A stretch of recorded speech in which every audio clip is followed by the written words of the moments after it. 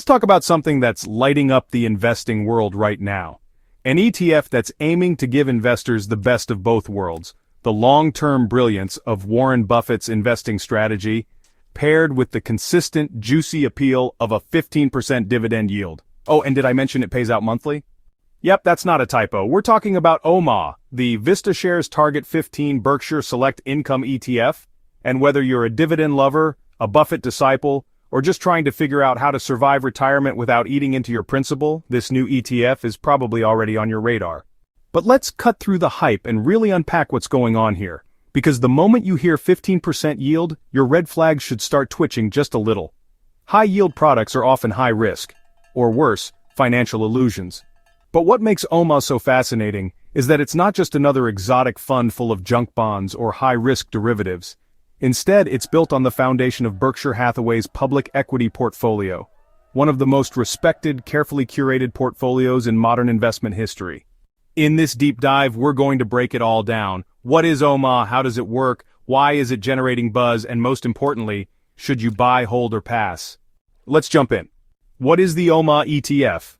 OMAH is short for VistaShares Target 15 Berkshire Select Income ETF, and it's one of the most buzzed-about ETF launches of the year. It's designed to deliver a target 15% annual yield paid monthly, while staying tightly aligned with Warren Buffett's investment philosophy. And yes, that sounds almost too good to be true.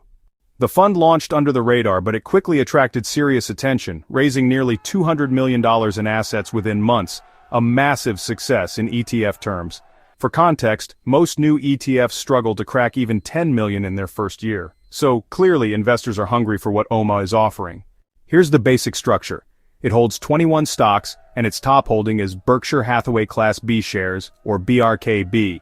The remaining positions are built directly from Berkshire's own public stock holdings, companies like Apple, Bank of America, Coca-Cola, Chevron, and American Express.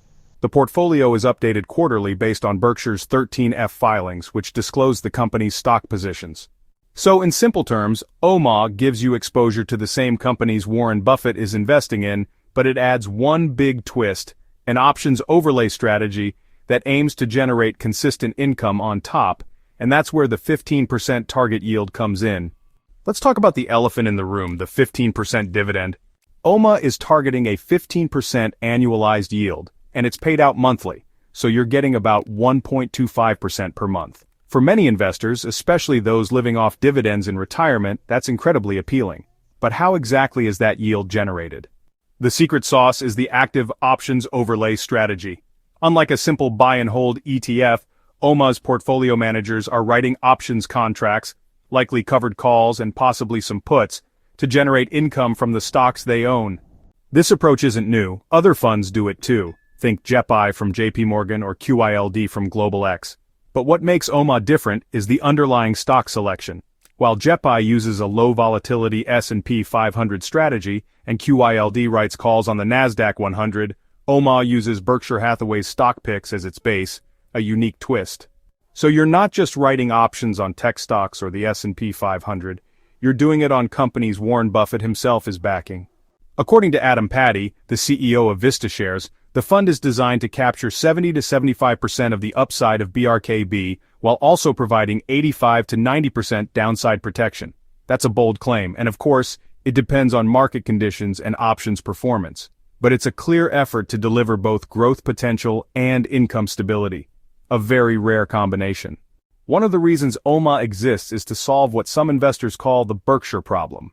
And here it is. Berkshire Hathaway doesn't pay dividends. That's right. Despite being one of the most successful investment vehicles of all time, brk.b doesn't give you cash flow. Buffett has always argued that he can reinvest capital more efficiently than the average investor, and history shows he was right. But if you're an income investor, or if you're retired and want regular cash from your portfolio, that creates a challenge. Holding brk.b means relying on selling shares to fund your lifestyle, and for many people, that's not ideal. OMAH flips the script. It gives you exposure to the Berkshire portfolio while also generating real monthly income. You don't have to sell shares. You don't have to time the market. You just collect your 1.25% per month. And in volatile markets, like what we've seen in 2022, 2023, and early 2024, that income becomes even more valuable. In fact, Adam Patty noted that OMA actually outperformed brk.b by about 7% during recent volatility. That's huge, and it shows the power of adding an income layer to a value-focused portfolio. What stocks does OMA actually hold? Let's get into the meat and potatoes. What's actually inside OMA? As of the last rebalance, OMA holds 21 stocks. The core includes Berkshire Hathaway, brk.b, top holding for obvious reasons, Apple, AAPL Buffett's largest equity position, Bank of America, BAC, American Express, AXP, Chevron, CVX, Coca-Cola, KO, Kraft Heinz, KHC, Occidental Petroleum, Oxy, Moody's, MCO. These are all well-known, battle-tested companies. Most are cash flow machines with wide economic moats and strong competitive advantages, exactly the kind of stocks Buffett loves. Now, because OMA is updated quarterly, it will shift slightly based on Berkshire's latest moves, but the idea is to mirror Berkshire's equity holdings while layering in the options income. You're basically outsourcing your stock picking to Buffett, and then supercharging the income using derivatives. Now let's talk about something every income investor needs to consider: taxes. One of the big benefits of OMA is that a large portion of its early distributions, according to Adam Patty about 96%, have been classified as return of capital, or ROC. What does that mean? Return of capital isn't taxed as income when you receive it. Instead, it reduces your cost basis, and you only pay taxes when you eventually sell your shares.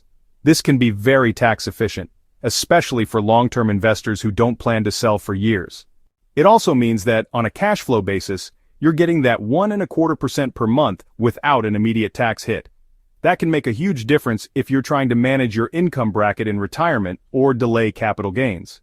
Of course, this isn't guaranteed, and return of capital treatment can vary year to year. But it's another way that OMA is trying to deliver smart income, not just raw yield. What about the fees? Which is definitely higher than your average index ETF, but very typical for an actively managed income fund that uses options. Let's be real, running a fund like this isn't passive. You've got options trading, portfolio rebalancing, and Berkshire tracking analysis to manage. The higher fee reflects that complexity. But if OMA really delivers on the 15% income, the 0.95% fee becomes a lot more digestible. After all, if you're netting over 14% yield after fees, that's still significantly above traditional income ETFs. It's the classic case of value versus cost. What happens when Buffett is gone? This is a tough but necessary question. One of the most common concerns when investing in Berkshire Hathaway, or anything related to Buffett, is the future. What happens when Warren Buffett eventually steps away or passes on? It's a fair concern. Buffett has been the face, brain, and soul of Berkshire for decades. But here's what's reassuring. Berkshire has had a succession plan in place for years. Greg Abel, who has been with the company since the early 90s, is widely expected to take the reins. He's already running the non-insurance operations and is deeply familiar with Berkshire's value investing philosophy. More importantly for OMA, the strategy isn't dependent on Buffett personally. The fund mirrors Berkshire's public equity portfolio. So as long as Berkshire continues operating with its existing discipline, the investment thesis remains intact. And if Berkshire ever does lose its way, OMA can pivot. It rebalances quarterly and has the flexibility to shift its holdings if necessary. It's not rigid, it's responsive. So while no one can replace Warren Buffett, OMA is built with sustainability in mind. One more interesting angle here is the broader Vista Shares ETF lineup. OMA is part of a family of funds that use similar income generation strategies. QUSA. This fund applies the same 15% income strategy to a portfolio of high-quality U.S. stocks with low debt and stable earnings. Think of it as a more diversified, quality-focused version of OMA, not tied to Berkshire but still aiming for high income. AIS, their AI-focused fund. It targets companies powering the AI revolution, semiconductors, data centers, infrastructure, and layers the same options strategy on top. So if you like the concept of monthly income and covered calls but want diversification beyond Berkshire stocks, Vista Shares is building a whole toolkit around that model. So, should you buy, hold, or sell OMA? Let's bring it all together. If you're looking for monthly income, a high but not reckless yield, exposure to blue chip, Buffett-endorsed stocks, tax-efficient cash flow, and a rules-based strategy that's updated quarterly, then OMA makes a very compelling case. But, and this is important, it should not be your entire portfolio. As Adam Patty says, the key is balance. Don't chase yield blindly. Don't go 100% income at the expense of growth. OMAH can be a core income holding, especially in retirement portfolios, but it pairs best with long-term growth ETFs, like S&P 500 funds, total market funds, or even international exposure. The other thing to watch is performance in a bull market. Because of the options overlay, OMAH may lag if markets go on a tear. Covered call strategies cap your upside, so don't expect this fund to beat growth ETFs in strong years. But if your goal is steady income, lower volatility, and Buffett-style exposure, OMAH delivers something incredibly rare. Buffett investing with monthly paychecks, and in today's world, with inflation, volatility, and uncertainty always looming, that kind of financial stability can be worth its weight in gold. Thanks for watching, and if you found this guide helpful, make sure to let me know. Drop your thoughts in the comments. Are you adding OMAH to your portfolio or waiting it out?